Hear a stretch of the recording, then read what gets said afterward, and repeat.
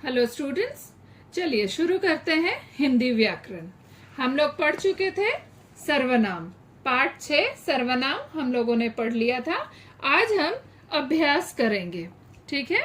क, बोलने की बारी, मौखिक कौशल।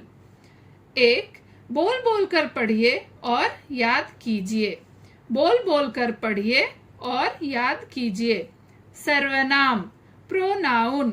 सर्वनाम, प्रोनाउन। पुरुषवाचक सर्वनाम, पर्सनल प्रोनाउन। निश्चयवाचक सर्वनाम, डेफिनेट प्रोनाउन। अनिश्चयवाचक सर्वनाम, इंडेफिनिट प्रोनाउन। संबंधवाचक सर्वनाम, रिलेटिव प्रोनाउन।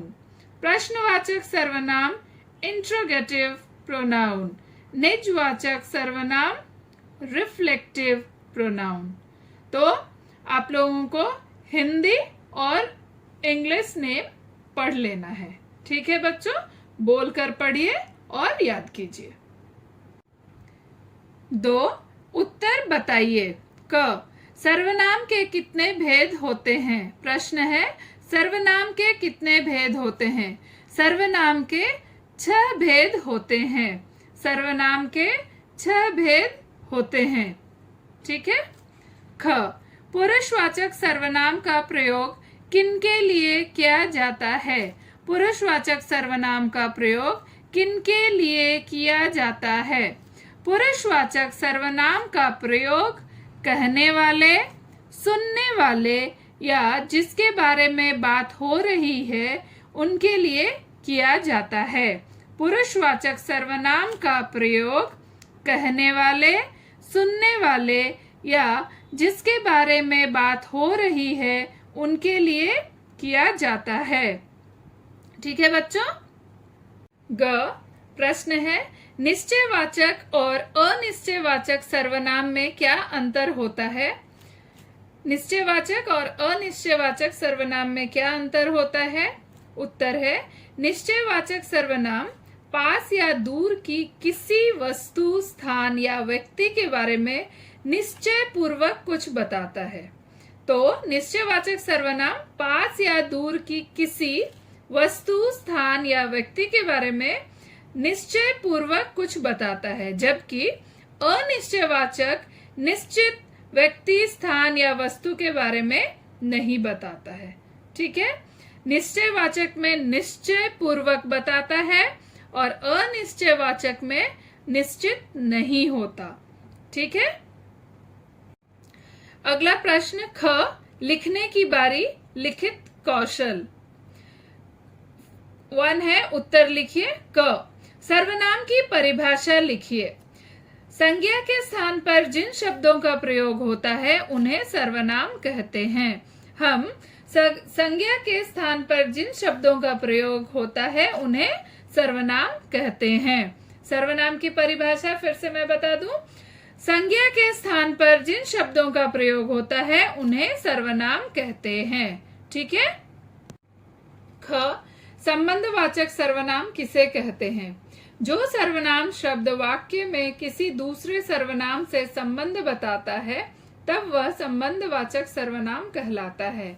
जो सर्वनाम शब्द वाक्य में किसी दूसरे सर्वनाम से संबंध बताता है तब वह संबंधवाचक सर्वनाम कहलाता है, ठीक है।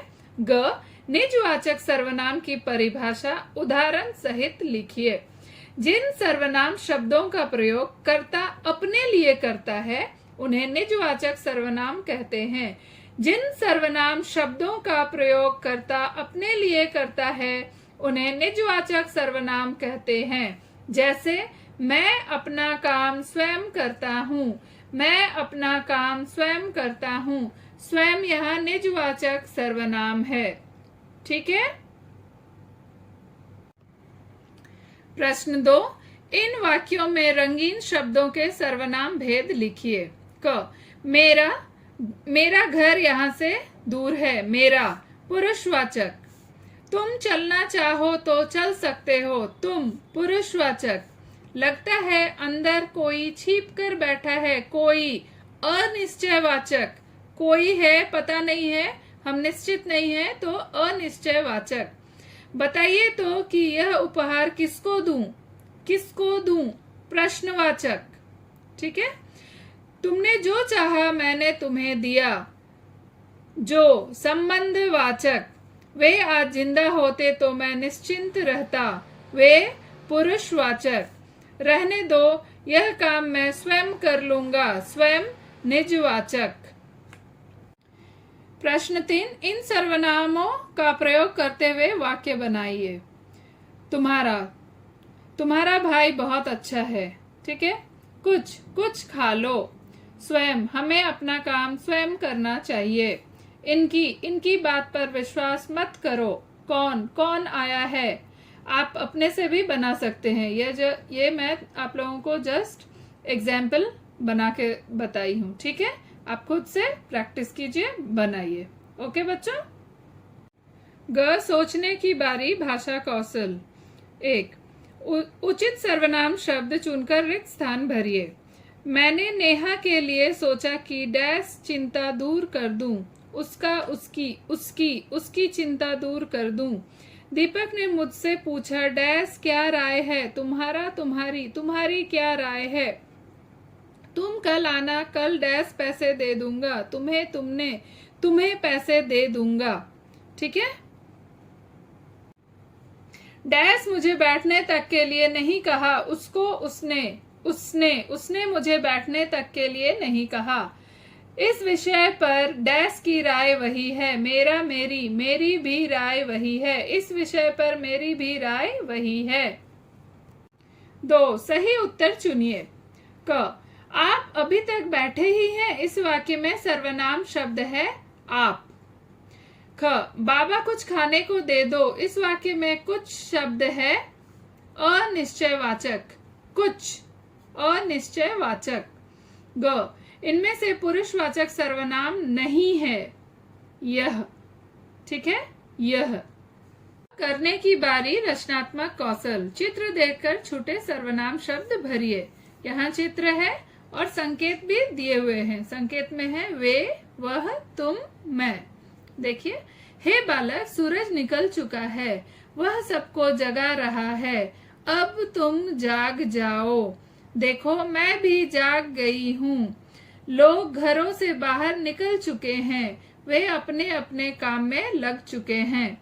तो बच्चों, हम लोगों ने सर्वनाम पाठ पूरा कर लिया है। बच्चों, आप प्रश्न क और ख अपनी व्याकरण की कॉपी पर साफ साफ अक्षरों पर लिखिए और पूरा पाठ को अच्छे से रिवाइज कीजिए। हम आगे नेक्स्ट वीडियो में पढ़ेंगे। तब तक के लिए अपना ख्याल रखिए। धन्यवाद।